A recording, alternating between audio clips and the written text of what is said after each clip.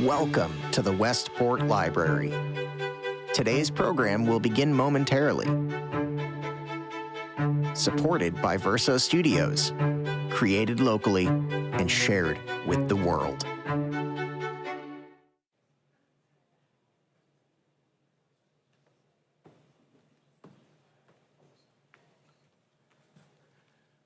Good evening. My name is Stephen Bowling, and I'm president of the Prometheum Foundation. We believe democracy demands discussion, discourse, and debate, and we aim to bring civility back into civil discourse. Tonight, we're having a constitutional conversation with Akhil Reed Amar, a sterling professor of law and political science at Yale University, and an incredibly accomplished, world-renowned scholar of the U.S. Constitution. The professor has been cited by Supreme Court justices in more than 4 dozen cases. He regularly testifies before Congress at the invitation of both major parties, and his work has won awards from both the American Bar Association and the Federalist Society. He has written over 100 law review articles and is the author of a host of books on the U.S. Constitution. This evening, we will be discussing his most recent book, Born Equal: Remaking America's Constitution, 1840 to 1920. This is the second book in his trilogy of the epic tale of America's Constitution. Born Equal is the continuation of an historical journey through the eyes of our founding documents, interweaving the stories of abolition and women's suffrage. And it is done with extraordinary skill. I admit that I am biased.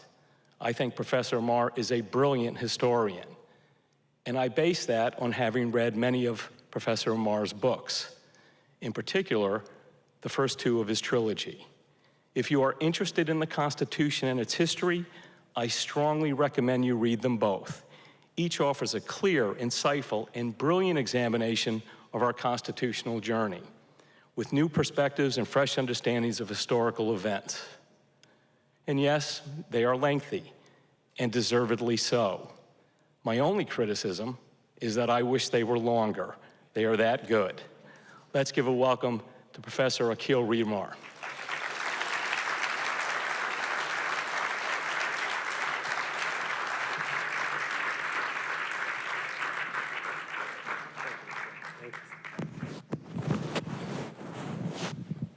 Akhil, it's always great to see you.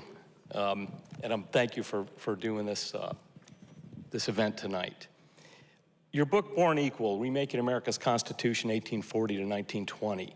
Why 1840? Why in the second phase of a constitutional journey did you choose that particular date and that time frame? First, I'm so grateful to you, my friend Steve. I didn't know Steve 2 years ago.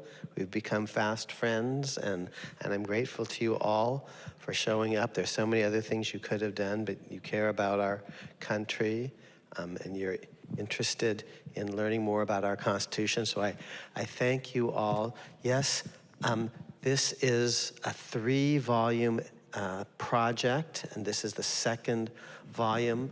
I originally thought I could just cover it all in one book, and I quickly realized as I started what now is volume 1 that I couldn't give sufficient detail if I tried to compress everything into just one book. So the first book starts in 1760, and here's why it starts there, because we Americans are not Americans in 1760. The words that made us, it's a pun, the words that made the United States, we the people. So in 1760, they're New Yorkers, they're Virginians, they're South Carolinians, and they don't talk to each other. So that's why it starts then. But we go through a series of British neglect and British oppression and ultimately resistance to the British Crown and a revolution and a constitution and a consolidation period.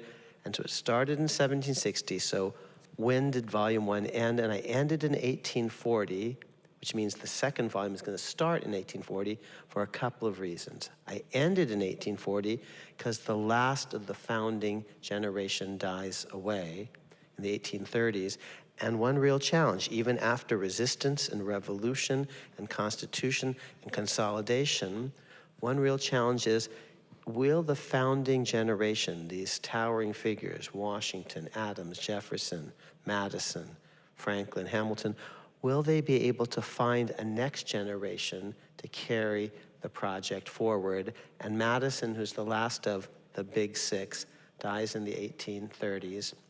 So the first volume is 80 years, and I thought that was fitting. 80, it's an iconic number, 80 years in the American experience. So that's one reason. The founders die off by 1840. But there were two reasons why it's serendipitous that this story begins in 1840. One, the world's first slavery is the big unfinished agenda item. And in 1840, the world's first anti-slavery convention meets. It's in London. 500 of the most forward-looking, visionary people. Some are academics, some are politicians, some are philanthropists, some are journalists. They meet in London to try to come up with a plan to end this great evil in the world. And that's 1840. Oh, and the first thing that happens on day one, the men kick the women out. And I thought, well, this is a perfect vignette because it's the next 80 years are gonna be all about ending slavery, black equality, female equality, a deepening of this early idea that we're created equal, that we're born equal, a deepening of this birth equality project.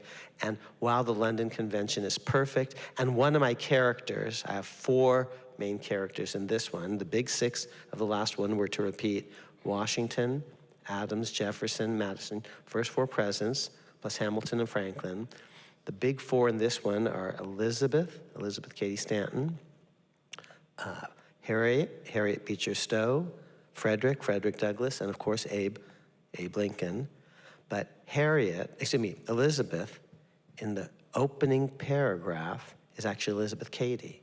By the end of that paragraph, she's Elizabeth Cady Stanton. The first paragraph is her impromptu wedding, and she goes off on her honeymoon to London. Her husband's an abolitionist crusader, and the men kick the women out. And I thought, well, that's an interesting vignette, and I could introduce the reader to Elizabeth right off the bat.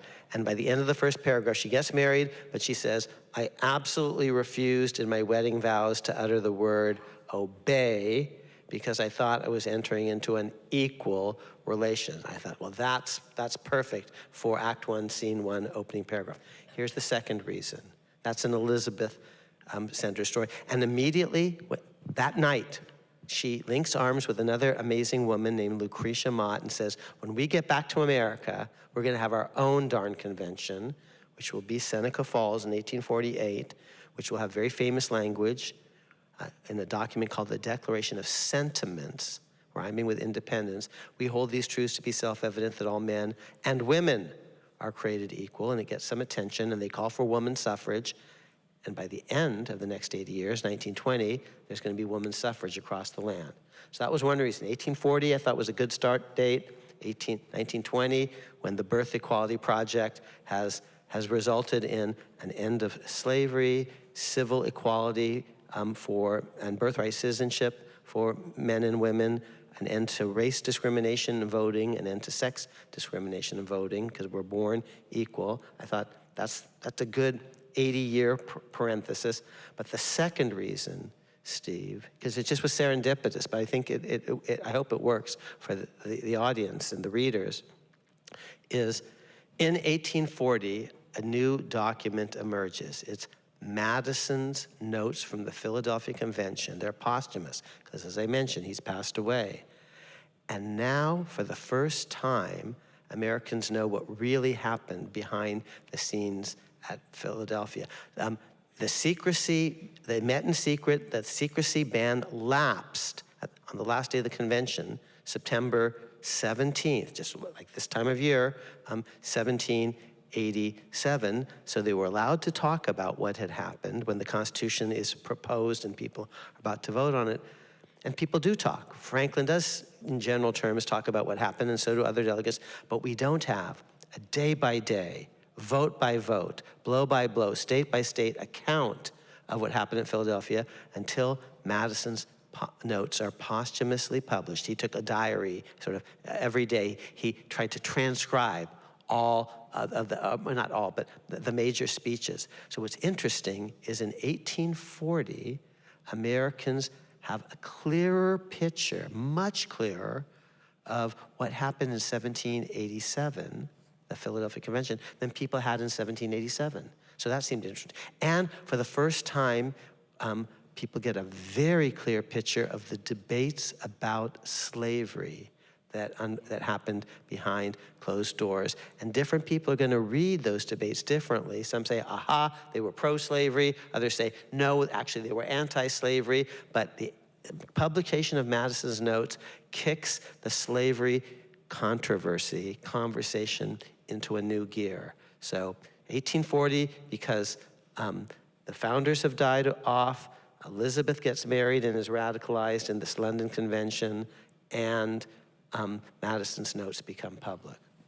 You know, before we get to some of the more all men are created equal, you mentioned in your book about Jefferson and Adams, and they die on the same day, 50 years to the anniversary of the Declaration.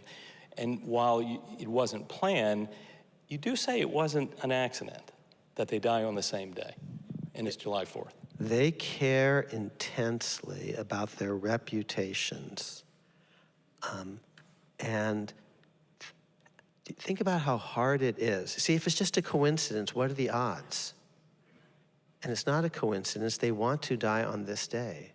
And think about how hard it is to live for John Adams for a decade just to die on that day, and then to die on that day without hemlock. What kind of force of will must you have to do that? Jefferson gets up that day and he actually says, is this the 4th? He doesn't say, the day before, is this the 3rd? Is this the 2nd? Is this the 1st? He wants to die on that day too, and he manages to do it. His last words, and he's been propped up a little bit with medication, with laudanum.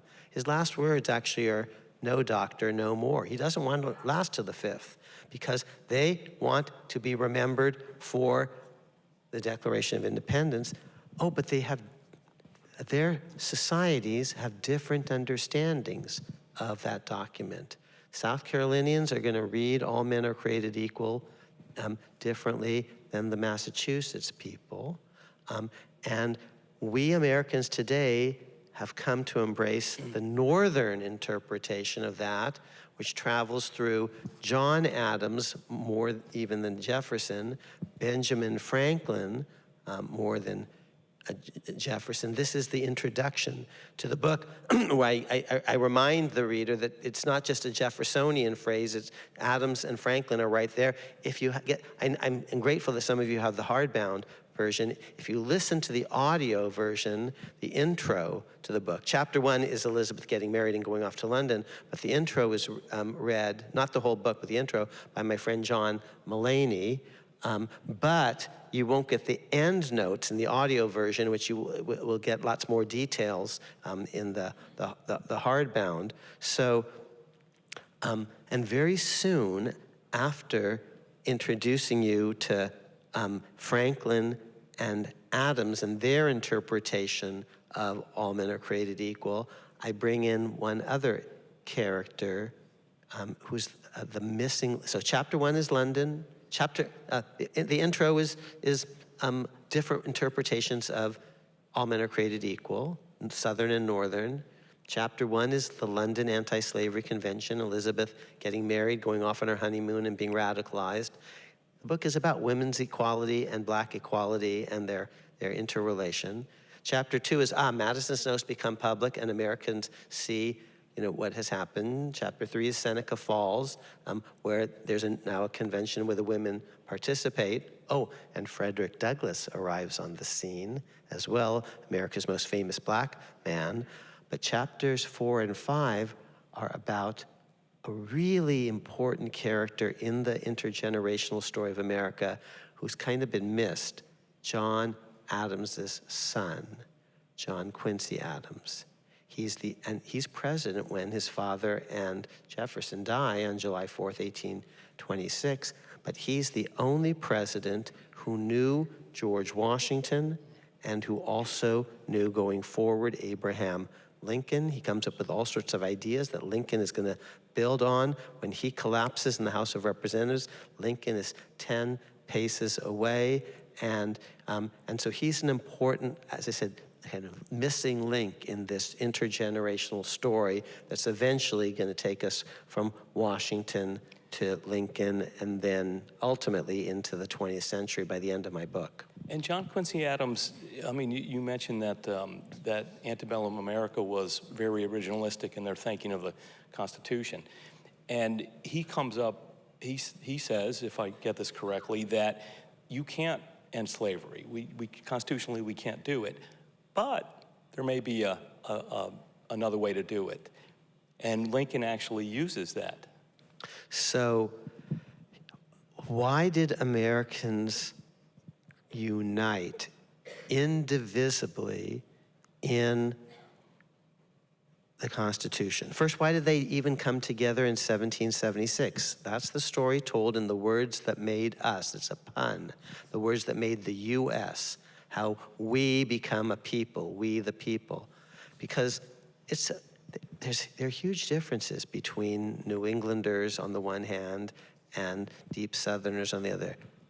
We come together in 1776 because Ben Franklin is a genius, and it's the world's first political cartoon, and it's the world's first viral meme, goes around the world.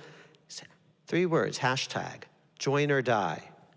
The Brits are 6 times as populous as all of white America. If America does not unite, Brits will kill us all.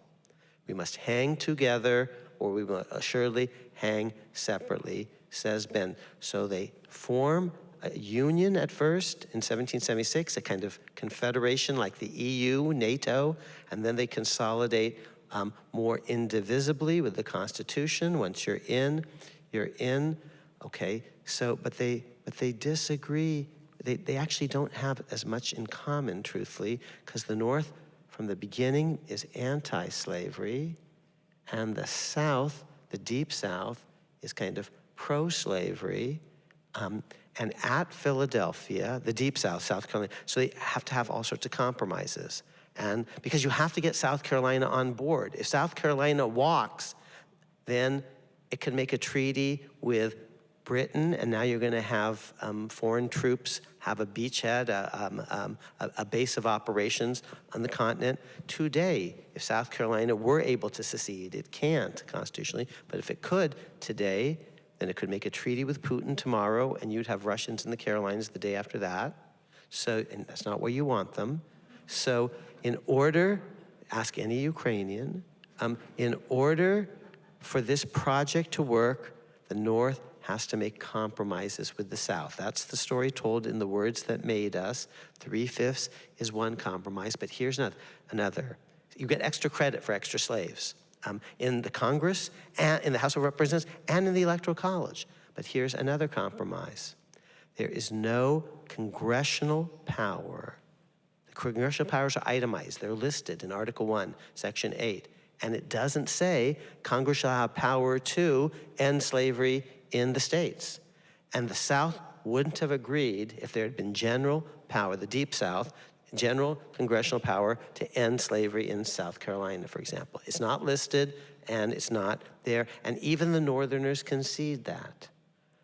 Oh, but John Quincy Adams comes along, and he says, well, there's one situation, in fact, where Congress could, maybe it couldn't end slavery, but it could free lots of slaves in the states, we're not talking about DC, we're not talking about the territories, in the states. If there's a war, as a war measure, because the federal government exists to protect the Union, In a war, you can free slaves. Oh, the Brits did that in the Revolutionary War, Lord Dunmore. Oh, the Brits did that again in the War of 1812. And John Quincy Adams is a diplomat negotiating at the end of the War of 1812, reparations or not, for British actually emancipations as wartime measures. So JQA comes along in the 1830s and he says, the rest of you think there's no federal power to get rid of slavery in the states. Let me tell you, people haven't focused on it, but in a war, the federal government, maybe it couldn't end slavery, strictly speaking, but it could free all the slaves in the states. And his son, JQA's son, because he dies very dramatically too, just like his dad. He collapses on the floor of the House of Representatives, and Lincoln is right next to him, 10 paces away. And his son, Charles Francis Adams, his father is John Adams, quickly becomes an anti-slavery leader, the vice presidential nominee of the Free Soil Party in 1848, just months after his father has passed away. And that party will become Abraham Lincoln's party. In effect, it will morph into an anti-slavery party that Lincoln will ride to the presidency. And Lincoln is going to build on Charles Francis Adams's ideas and his father's ideas, John Quincy Adams, and use John Quincy Adams's theory to issue an Emancipation Proclamation preliminarily on September 22nd, 1862, this time of year, and then finally on New Year's Day, 1863, freeing millions of slaves, at least legally, as a war measure. And that is John Quincy Adams's theory. John Quincy Adams is the missing link between anti-slavery founders like his dad, John Adams, and anti-slavery Republicans of the 1860s like Abraham Lincoln. And JQA is the missing link, which is why there are a couple of chapters about John Quincy Adams, whose significance I had not understood until I started researching the book. And the one interesting thing you write about is that the Emancipation Proclamation actually helped win the war, helped win battles. Hugely. There are two Emancipation Proclamations, and this is going to be an evolution in Lincoln's thinking. His initial idea, when he's running for the Senate against Stephen Douglas in 1858, the Lincoln-Douglas debates, he has an interpretation of the Declaration. All men are created equal, but in what way? Are we equally tall? Are we equally strong? No, he says we're equal in life, liberty, and the pursuit of happiness, meaning that no one is born a slave. No one is born a slave master. We're all as humans, children of God, and equally free in principle. That's his initial idea. Here's the thought. In the wilderness, if I encounter a mammal, I can tame that mammal in general and make it my own, an elephant, a horse. One of my favorite books when I was a kid and I came to a library here was The Black Stallion. It's about a boy and he finds an animal in the wilderness and he tames the animal and he loves the animal loves him. And you're allowed to do that with animals, to make them your pets, a dog or a horse or an elephant. You can even, if you were a certain kind of person, kill the animal for food or fun, even, or fur. You can't do that when you meet a fellow human being in the wilderness. They're not a tameable beast of the field. They are equal to you spiritually. This is what John Locke says. This is the Declaration. No one is born a slave. No one is born a slave master. Why would the Deep South have agreed to that? They actually had a different interpretation of this. This is Lincoln's interpretation. Okay, we're not going to get rid of slavery immediately when we declare our independence, but we want God on our side in this war that we're about to fight, and we're kind of committing to God that eventually we're going to get rid of this. It's like, you're a gambler, you're deeply in debt, and you pray, okay, God, if you just get me out of this situation, I'm going to give up gambling, I'm going to give up drugs, I'm going to give up, booze. So America wants God on its side. We're going to give up slavery eventually. That's Lincoln's interpretation, but that just means we're equally free. No one is anyone's slave by birth. How do we get from that to equal citizenship, to equal voting rights. Here's how. Abe Lincoln, in his preliminary Emancipation Proclamation, just says, I declare that people in the Confederacy are going to be free starting New Year's Day, 1863, and we're going to spend federal money to incentivize the freed slaves to go elsewhere, to go to Africa or South America, to be colonized. Why would he say something like that? Because he's read his Bible. And in Exodus, the ancient Israelites, who have been many generations in Egyptian bondage, the question is, if they're freed, are they going to be able to live harmoniously with their former enslavers? Or would it be better for all concerned for them to go somewhere else, to a promised land? That's his initial idea, because he's read his Bible, Exodus. They're strangers in a strange land, and maybe they should go elsewhere. We're not going to force them out, but we're going to give them vouchers, plane tickets, whatever, to go. Like when the plane is oversold, and they start asking you, are you willing to, take another flight if they give you a voucher or something? We won't force people, but we'll encourage them. That's Lincoln's initial idea. But by the final Emancipation Proclamation, which is on New Year's Day, 1863, he gets rid of that idea and adds a different one. Freed slaves should join our Army and Navy. They should fight. They should help us win the war. Eventually, 200,000 of them will do so, blacks in blue. This is Frederick Douglass's idea too. But now, note, these aren't strangers in a strange land. They are Americans, born in America, fighting for their native land, fighting for their birthland. That's going to become the idea of born equal citizens, not just born equally free, but born citizens, because they were born here. And that's eventually, in Lincoln's thinking, because these are the margin of victory, in fact, and he understands that, 200,000 blacks in blue, going to be, well, if they fight for America, they should be able to vote in America. And he says that in the last speech he ever gives. And John Wilkes Booth is in the audience and hears that. And then and there he says, I'm going to kill him. And he does a week later.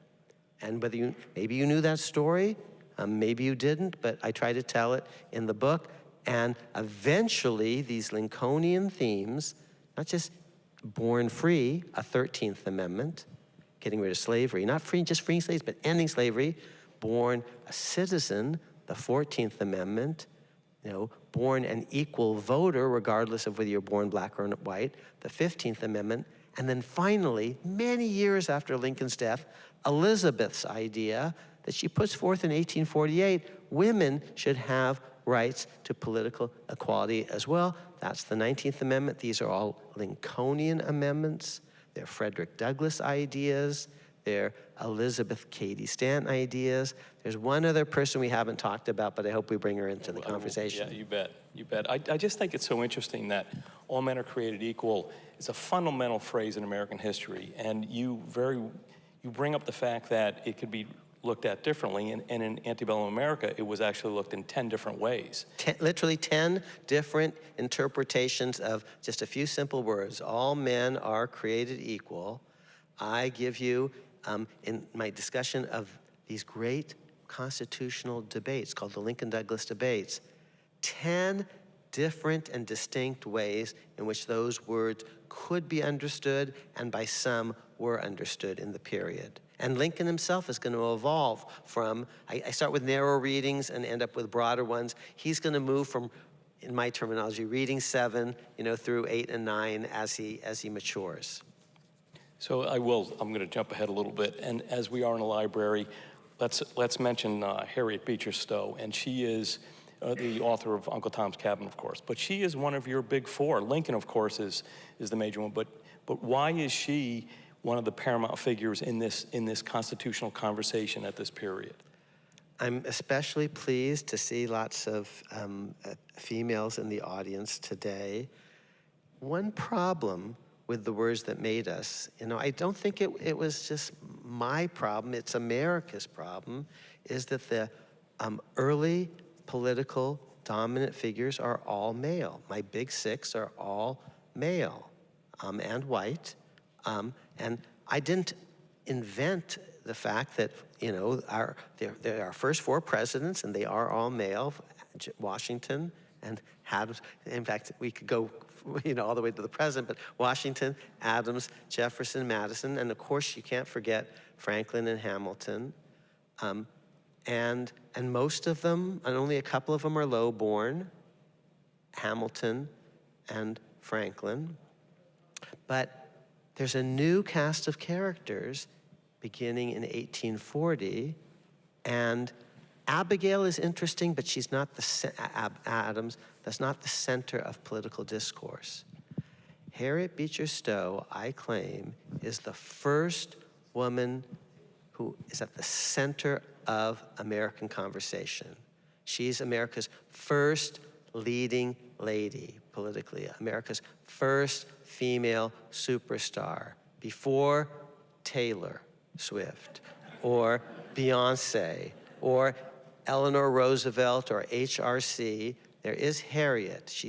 Uncle Tom's Cabin sells more copies than Huck Finn or Tom Sawyer or Moby Dick or Scarlet Letter or any other book by an American author in the whole century. Couple million in America, another million or so abroad. Those are just numbers off the top of my head, but pretty, roughly accurate. And she's taught in the wrong part of our curriculum. She's taught in lit departments where she should be taught in history and poli-sci departments. Personally, and I talk about this in the book, I'm more of, if it's just in terms of literature, I'm more of a Jane Austen person. I think Jane Austen, and this is the 250th anniversary of her birth, and I talk about Jane in the book, and I think she's a more subtle ironist. I think she has a more beautiful command of the language. I think she does interiority, how women think, particularly well. I think Dickens is maybe better at plot, but Dickens and Jane don't end slavery.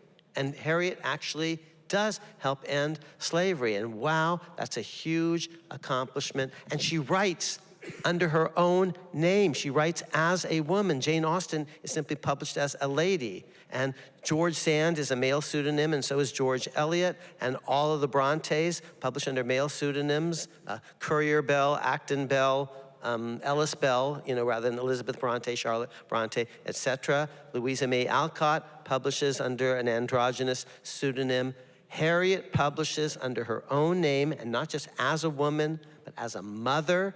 And she writes about women who are enslaved, whose children are ripped from their breasts, who are raped as women, treated as wet nurses as women, treated as breeders against their will as women. And she's lost a baby herself. She knows what it's like to lose a child. And so she writes in her book, it's not just about Uncle Tom, it's about Eliza, it's about Cassie, it's about Lucy, it's about interesting women, white and Eva, white and black, and she is, to repeat, America's, and all of America's talking about it. And they see slavery isn't just about male field hands, it's about women and children. Oh, and did I mention that she's very religious, she's very utopian? Did I mention she has 7 brothers who are preachers? Her father is a Yale-educated preacher, and so there's a Connecticut angle to all of this. But her most famous brother, Henry Ward Beecher, is the most famous preacher man in America. He'd be like Billy Graham. He's the guy that will invite Lincoln to come to a place called Cooper Union, Cooper Institute, give a speech that will impress the Eastern establishment and help him clinch the nomination for the presidency. That's an interesting story. So what was Lincoln's quote when he... You're the little woman. Yeah. When he finally meets her, she comes to the White House. And he says, and for Lincoln, everyone looks little, because he's 6, including his wife, Mary. You're the little woman who wrote the big book that made this great war. He understands who she is.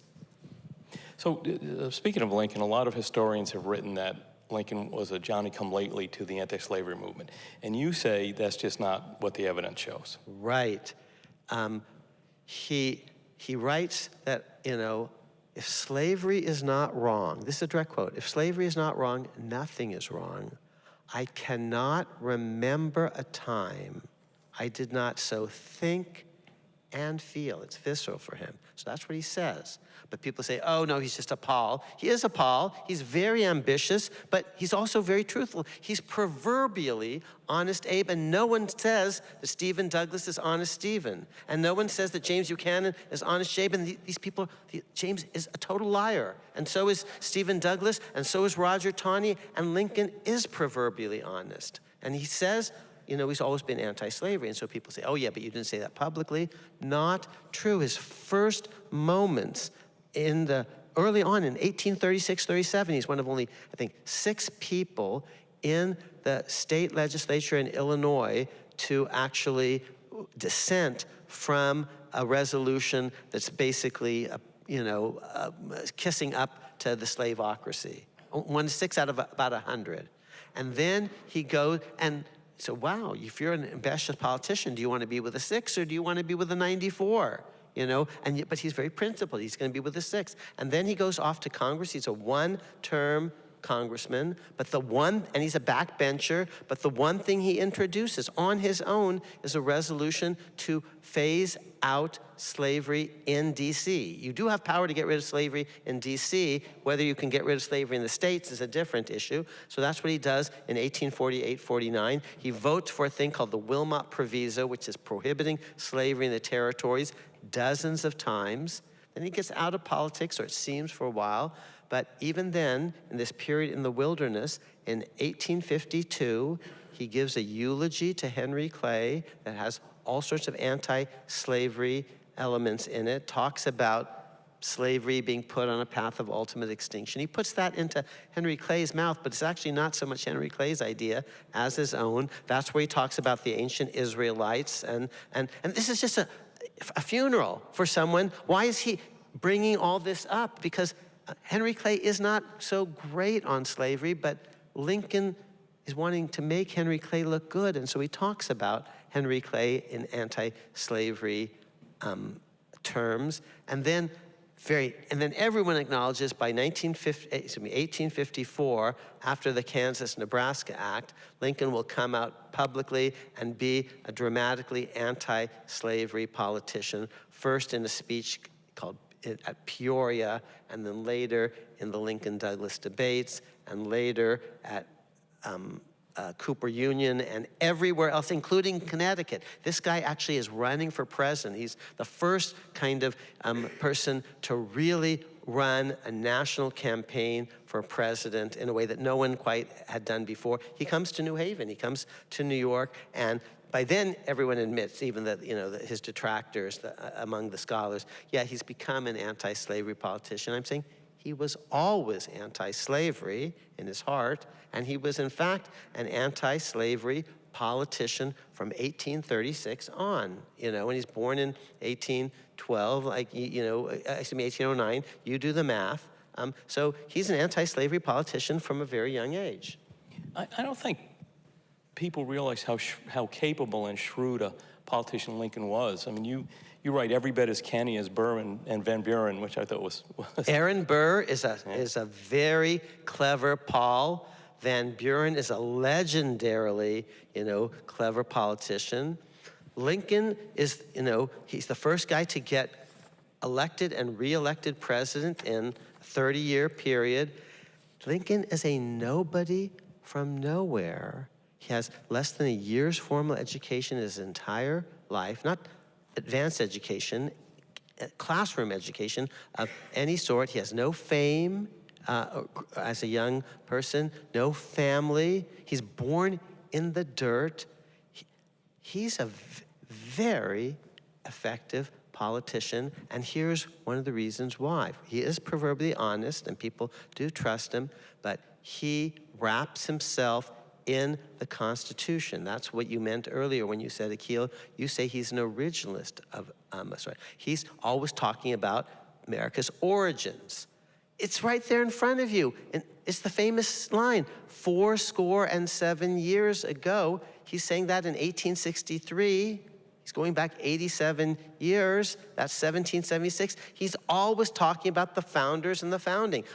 7 years ago, our fathers brought forth upon this continent a new nation, conceived in liberty, and dedicated to the proposition that all men are created equal. He is obsessing about the founding and the founders, and he's got a certain interpretation of it. It's a northern interpretation. It will come to prevail, and he'll come to encode that, he and his allies, in a 13th Amendment, a 14th Amendment, a 15th Amendment, eventually a 19th Amendment. But yes, he's a very impressive politician, and his trademark is the Constitution. It's what actually Americans have in common. He understands that way better than Van Buren, who's a canny politician who doesn't stand for anything at all other than Van Buren. Way better than Burr, who's a canny politician who doesn't stand for anything other than Aaron Burr. In regards to the Civil War, some have argued that the South had the right to secede. You say that's unequivocally not true. Right. And in the words that made us, I say 2 or 3 things. Look at the text.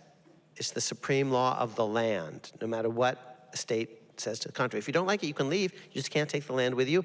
And I gave you the reason why, because if you could secede, you could actually make a treaty with Putin, and the next day you'll have, European thugs, whether they were monarchs back then, or fascists in the 20th century, or authoritarians like Putin today. You could have them on this continent, okay? So that's why it talks about a more perfect union. That's why it, being the Constitution, says supreme law of the land. That's why it talks about common defense again and again. That's why it says anyone who takes up arms against the United States has committed treason. Even if your state supports you, wow, the text is clear. And if there were a money-back guarantee, you can join and then leave, wouldn't you say it in the text? Wouldn't that be a good selling point? When you were trying to buy a car and they say, actually, drive it for 30 days. If you don't like it, bring it back. We'll give you your money back. That would be a great selling point for a car, and some dealerships give you something like that. It wasn't in the document. And if it had been an implicit part of the thing, they would have said so. Here's the most emphatic point of all. I can prove it in 30 seconds. There was a whole year of conversation about the Constitution. Show me one person anywhere who supported the Constitution who said money-back guarantee. No one did. And in a famous moment, there are a whole bunch of times when they actually say it's indivisible. It has to be indivisible. Washington says that. Hamilton says that. The Federalist Papers say it. But in the New York Ratifying Convention, a letter is read in July 1788. And it's read by Hamilton. It's a letter by Madison, and it says, ratification must be, this is a direct quote, in toto and forever. And if you don't want it, fine, but once you're in, you're in. That's read aloud in New York. It's reprinted in newspapers across America in 1788, including South Carolina and including New York. That's all in the words that made us. But what I show you in this companion volume is even without Google and the internet and the Wayback Machine, all of that episode is retold in American newspapers up and down the continent in 1860. That's an originalist argument, what the deal was, and it even appears in newspapers in New Orleans. So, yes, I say Lincoln is 100% correct when he insists that unilateral secession is unconstitutional, and his obligation, his solemn oath in heaven, it will be to enforce the integrity of the Union, because that's what the Constitution requires of him. And he will faithfully follow that. He's an honest and great lawyer. And you seem to say, too, that 1776 meant something different in 76, yes, where the join or die, and it meant something different in yes, 1860. And Thomas Jefferson is a 1776 guy. In 1776, they're just creating a confederacy, an alliance. This is what the Declaration says. On July 4th, the resolution says the same thing 2 days earlier on July 2nd, 1776.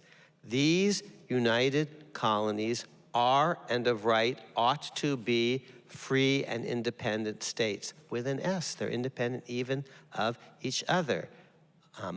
And that's what Jefferson understands. And in the Articles of Confederation, which immediately follow the Declaration, not immediately but shortly thereafter, the document says each state retains its sovereignty, okay, which means each is free to leave, to Brexit.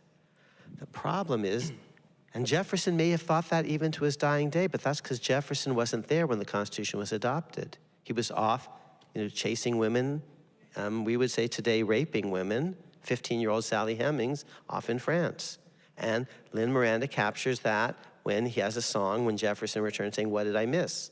And what you missed is an indivisible union in toto and forever. You missed all of that. You never got it. And your namesake, Jefferson Davis, never got that memo. But I can show you in 1787, 88, they changed the deal. And they changed the deal because the Articles of Confederation weren't strong enough. NATO isn't maybe strong enough to resist Putin, so you have to have a stronger integration. And that is the Constitution. So 1776, yeah, it's about state sovereignty. But Constitution is about a different thing. Now the South says, oh, we're just doing just what they did in 1776. The South in 1861, but it's not. Because in between there's a constitution, and they're taking up arms in 1861 against a duly elected government in which they're represented. That wasn't true in 1776 when you're revolting against a parliament that you never voted for and a king that you never voted for. And the Declaration commits itself, it tells God and the world what we're fighting for, including all men are created equal.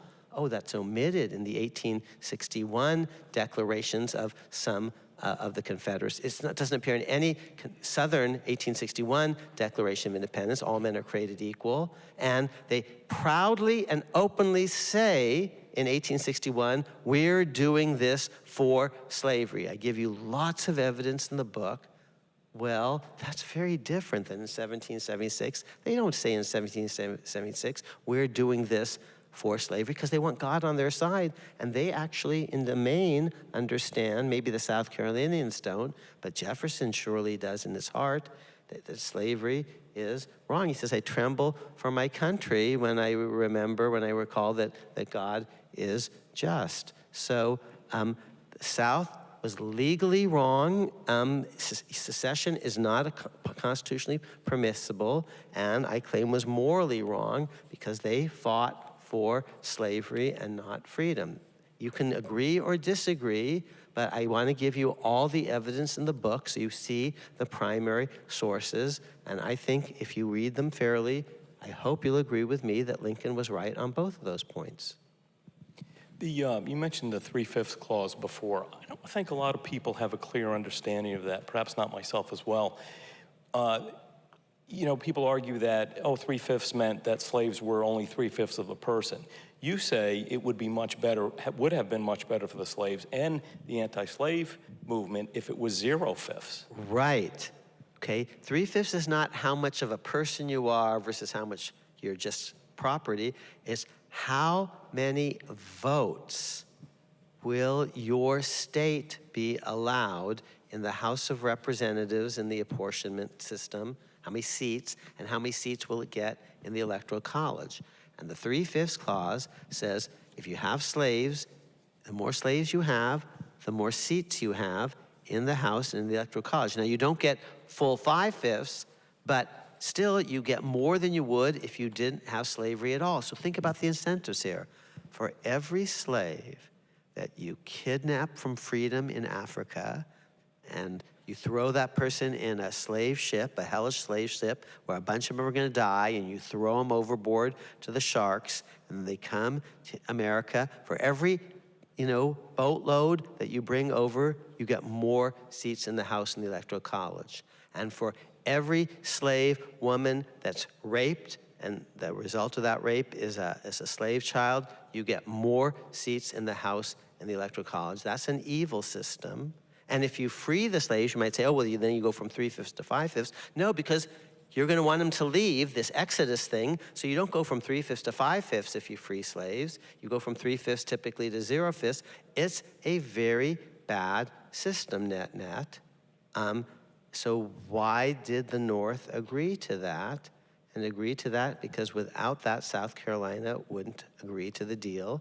And you need South Carolina for this geostrategic common defense, national security. We actually have to, all of us, agree, join or die, because if we don't all agree, then Britain or France or Spain or even Russia, which is, a particular interest in the West Coast, can get a foothold on the continent, and that will threaten liberty, because now we're going to have a land border with a thuggish regime, and just, ask any Ukrainian how that's working out.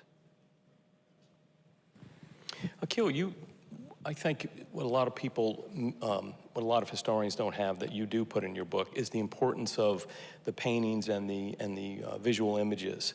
And you put a lot of that in your book and show how important they actually were, how they influenced events. Thank you for noticing. Yeah, there's a lot of art in the book. There's a lot of photography in the book because that's a new technology. Frederick Douglass is the most photographed American of the century. And you see, and it's interesting because in the old days, only very high-born people could have portraits done of him. And Frederick Douglass, it's very important that Americans see what blacks actually really look like.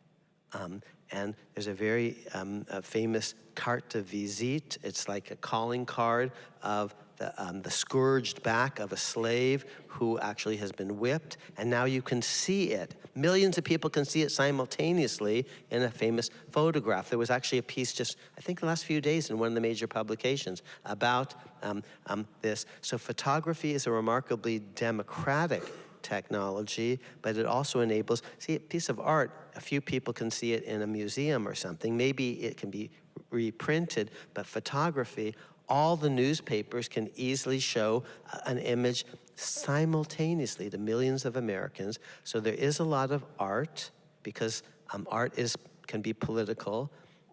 Especially Washington, D.C. doesn't have a lot of museums, so the great paintings that hang in the Capitol Rotunda are particularly important. They're great trumbles. Some of them are also in the Yale University Art Gallery, if you want to look at the early versions of what become these big tableaux. So yeah, I have a lot of art, a lot.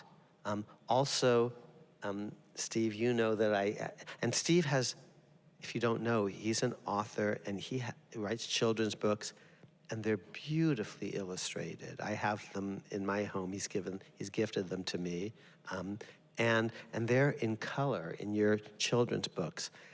8 pages in the middle of the book that you have are actually in color, glossy.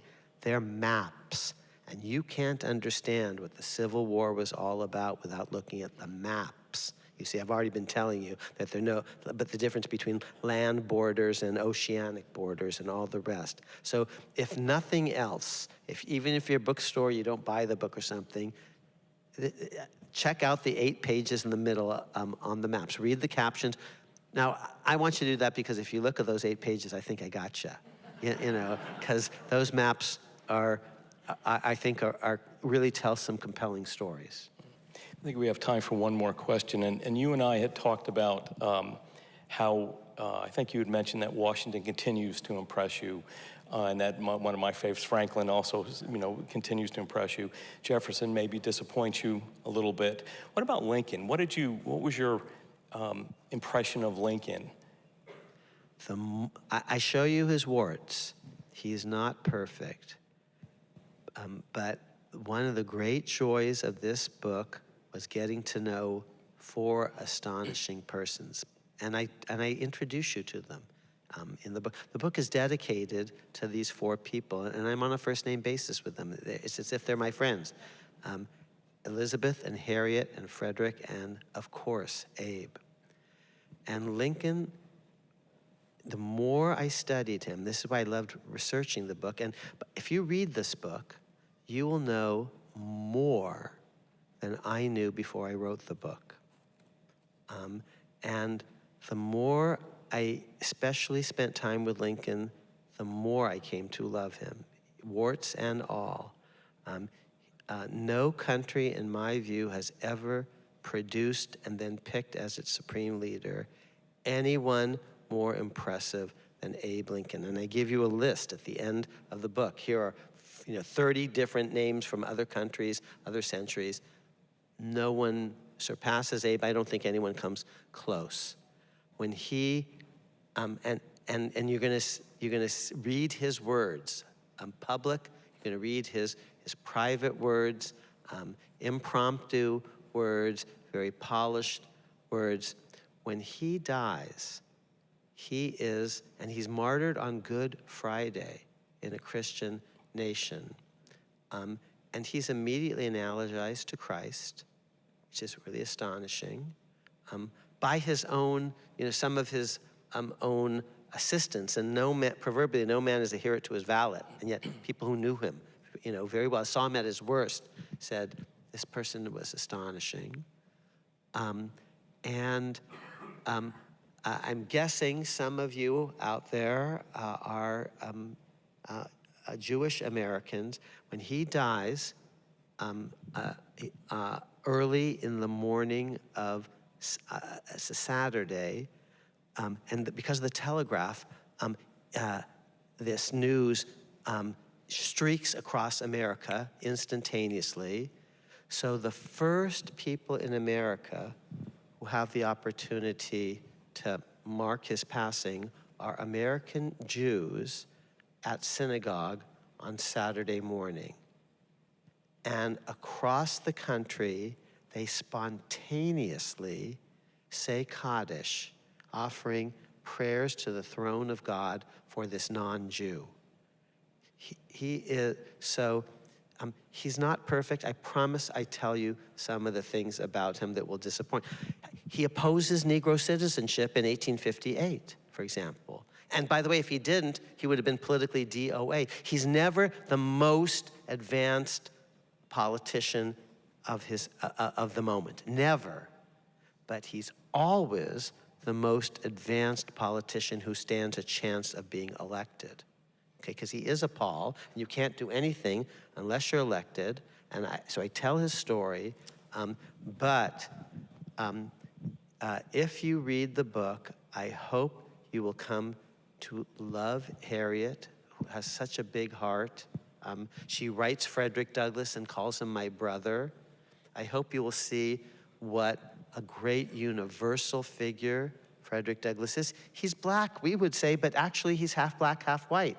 He doesn't know who his father is, but he knows his father is white. His first wife is black. His second wife, after she passes, is white. And he could have grown up being so hateful. He doesn't even know his birthday.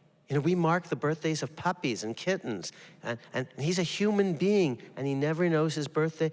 No one is born so low and rises so high. He's astonishing. Lincoln is astonishing.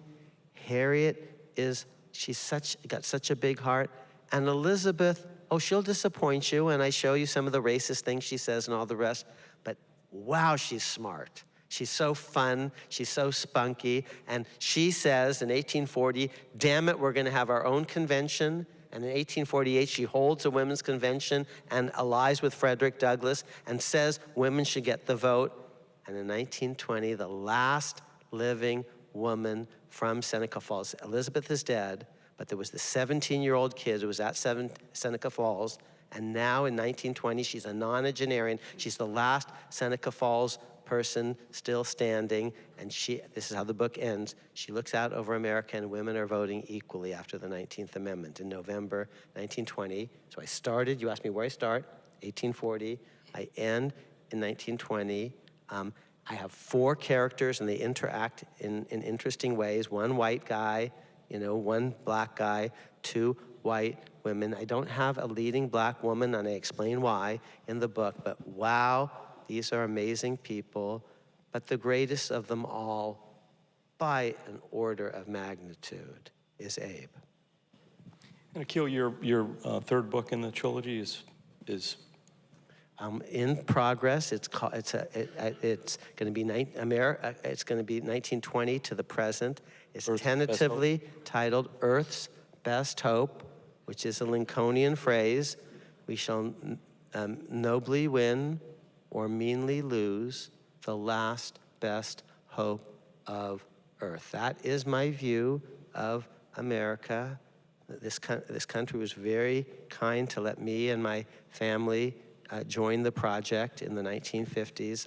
The Constitution gave me the gift of birthright citizenship the day I was born, even though I'm a little brown boy, doesn't ask what my parents' religion is, doesn't even ask if my parents are citizens, and they weren't. They were here legally, they were doctors saving the lives of American patients, but it doesn't matter whether my parents were citizens or not, because I was born equal thanks to amendments put in the Constitution by, above all others, Abe.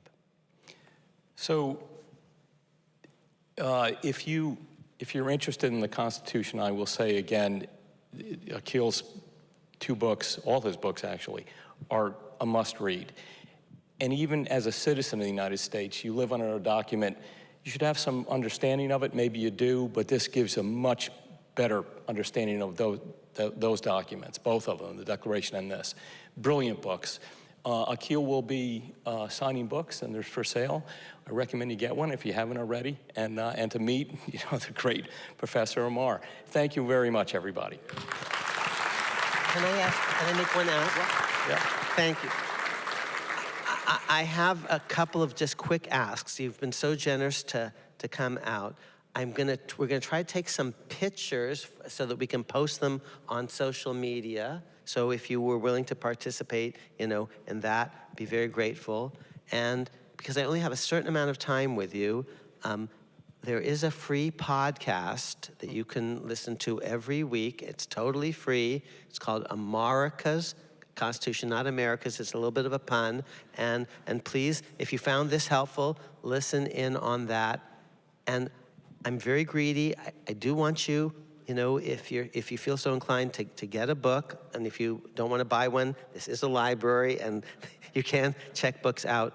But my biggest ask of all, whether you buy it, or you check it out, is I'd love for you to read it and talk about it with each other. And if you like it, tell other people about it. And if you have a book club that you'd like to organize, you can email the podcast or email me. And for all the book clubs that form, I'm offering that we'll try to Zoom in and continue the conversation with your book club in a smaller venue than I'm able to do this evening. All right. Thank you, everybody.